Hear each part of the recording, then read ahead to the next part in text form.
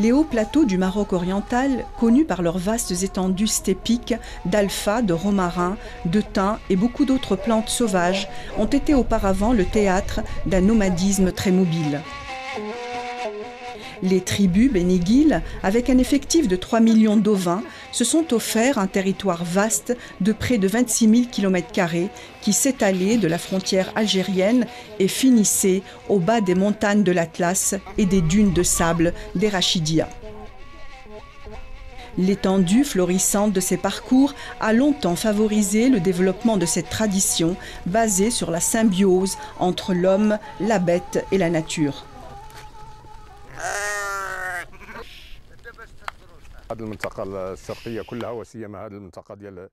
Les éleveurs de la tribu Ibn Ghil et leurs voisins ont vécu longtemps à l'aise sur ces hauts plateaux. Ils étaient moins nombreux et les parcours étaient plus enherbés. Ils ont vécu décemment. Aujourd'hui, il en est autrement.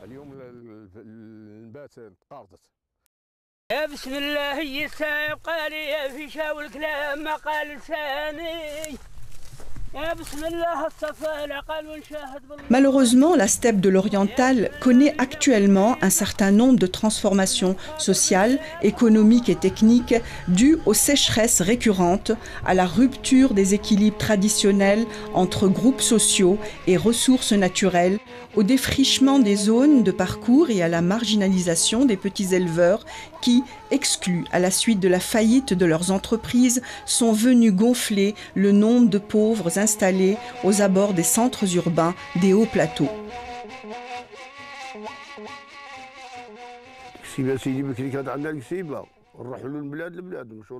J'avais auparavant un important troupeau. J'étais nomade, je sillonnais beaucoup de zones. Et c'est comme ça que je parvenais jusqu'aux confins du Sahara, Tafrata et Oral, et ce à 2 chameaux. À cause de la sécheresse, il n'en reste plus rien, ni chameaux, ni troupeaux. Nous nous sommes fixés ici depuis. La sécheresse ne nous permet guère de pratiquer des cultures ou faire brouter correctement nos troupeaux. Nous avons été forcés à se fixer ici, près de cette source d'eau et près de la route et du souk. Il ne nous est plus possible d'aller ailleurs. Il n'existe plus à proprement parler de nomades d'antan. L'adoption du camion comme nouveau moyen de transport et l'abandon du chameau ont précipité la disparition de certaines normes structurelles qui organisaient et régulaient la mobilité des nomades et l'accès au pâturage.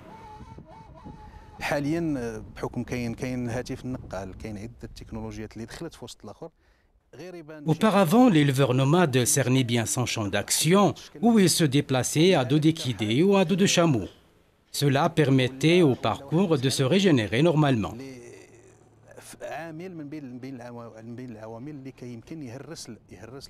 Avec l'usage du téléphone mobile et les nouveaux moyens de transport, tous les déplacements sont devenus si rapides et ciblés vers un même lieu, ce qui a engendré la perte presque totale de la végétation ancienne.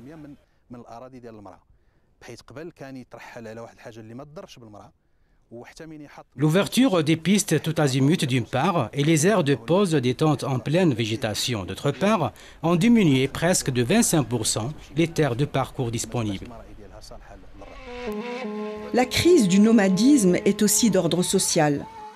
Des enfants qui ne veulent plus vivre la vie de pasteur comme leurs parents, car ce n'est plus rentable pour eux, et qui veulent faire d'autres métiers, aller à l'école ou tout simplement mener une vie de citadin. Si j'avais trouvé un autre boulot, je serais parti. Si j'avais également trouvé des moyens pour émigrer, je l'aurais fait. Des femmes qui ont perdu leur repère quant au savoir et savoir-faire qu'elles ont appris durant leur vie de nomade. Ainsi, les anciens ustensiles, les ingrédients culinaires, la traite des brebis et le métier de tissage font maintenant partie de l'histoire.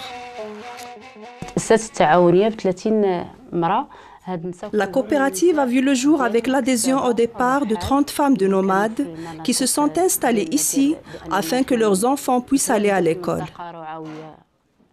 Le fait que nous nous trouvons dans une zone d'élevage pastoral, cela nous permet de disposer de suffisamment de laine et d'alpha que nous déployons pour la fabrication de divers produits que nos aïeux auparavant avaient l'habitude de faire, tels que les habits, l'harnachement des chevaux, les couffins, etc.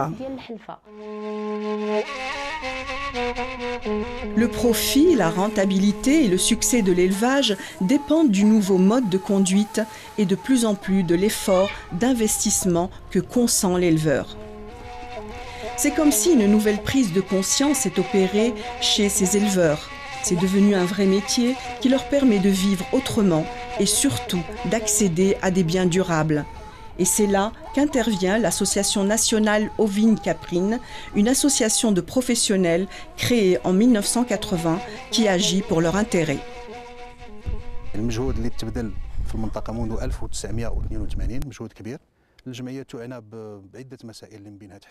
L'ANOC a réalisé plusieurs actions depuis 1982 qui ont porté principalement sur la sélection du troupeau de race, sur la santé, sur la fourniture d'aliments, de compléments, ainsi que sur la commercialisation.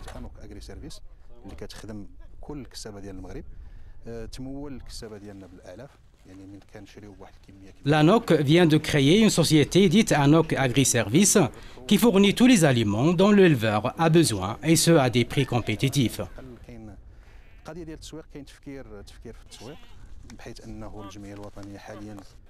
S'agissant de la commercialisation, celle-ci est encore à l'étude.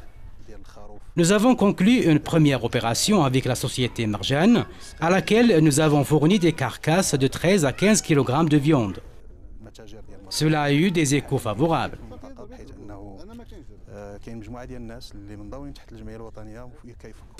Les éleveurs de la zone réfléchissent actuellement à la création d'une coopérative qui devrait commercialiser ce type de produit très apprécié pour sa viande aromatisée.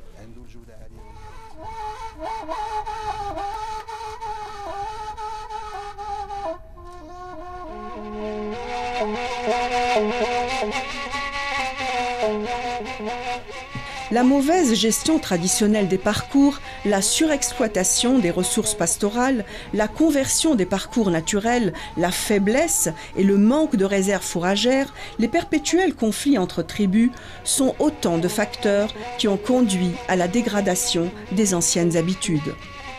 Les solutions techniques existent, mais elles ne sont pas suffisantes. L'État a mis en place un important programme d'amélioration des parcours et du développement du cheptel ovin qui vise l'amélioration de la productivité du cheptel, l'organisation des éleveurs, la mise en défense des zones de parcours et l'amélioration du revenu des foyers nomades.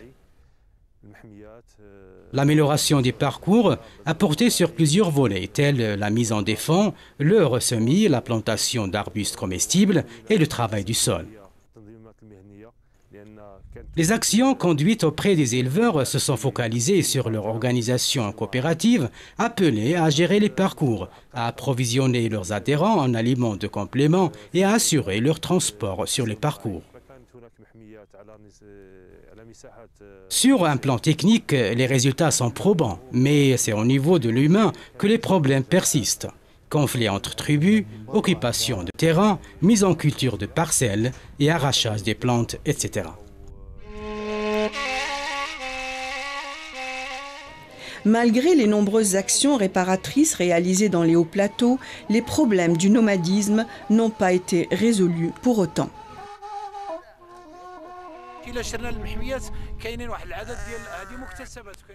Les zones de mise en défense sont certes des acquis. Cependant, les textes qui les régissent actuellement ne permettent pas leur sauvegarde et leur gestion par les éleveurs. Nous avons besoin d'un nouveau texte pastoral adapté aux conditions actuelles et qui profite essentiellement aux éleveurs organisés. Il s'agit en somme de revoir les textes de jouissance qui ont régi jusqu'à présent le domaine collectif et de mettre en place une stratégie qui conférerait plus de responsabilité aux éleveurs organisés, qui s'appuierait sur un mode opératoire durable qui garantirait la survie des parcours aménagés et de la race ovine Béniguil.